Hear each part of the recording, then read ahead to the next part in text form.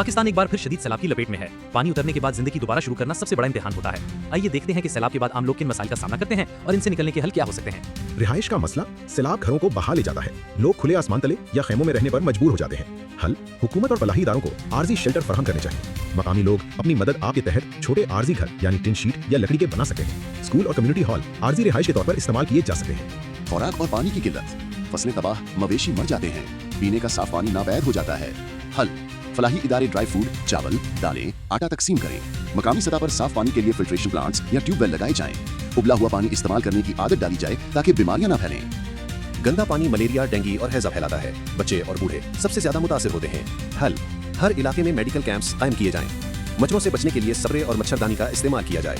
पानी उबाल कर पिया जाए। सड़कों और राबतों का टूट जाना, सैलाब पुल और सड़कें बहा ले जाता है, देहात शहरों से कट जाते हैं।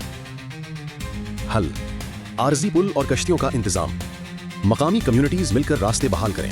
हुकूमत को हंगामी बुनियादों पर इंफ्रास्ट्रक्चर बहाल करना चाहिए। रोजगार का नुकसान, खेत तबाह, छोटे कारोबार डूब जाते हैं, मजदूर तबका सबसे ज्यादा मुतासिर होता है। हल हुकूमत को माली इमदाद और बिला सूद कर्जे फराहम करने चाहिए। मकामी लोगों के लिए रिलीफ प्रोग्राम्स के तहत छोटे कारोबार दोबारा शुरू कराए जाएं। नौजवानों को हुनर सिखाने के लिए ट्रेनिंग सेंटर्स कायम किए जाएं। सैलाब कुदरती आफत है, मगर इसके बाद उठने वाले मसाइल का मुकाबला सिर्फ हिम्मत, इत्तेहाद और मंसूबाबंदी से किया जा सकता है। अगर हम सब एक दूसरे का सहारा बने तो जिंदगी दोबारा बहाल हो सकती है। आइए इस मुश्किल वक्त में एक दूसरे का हाथ थामें।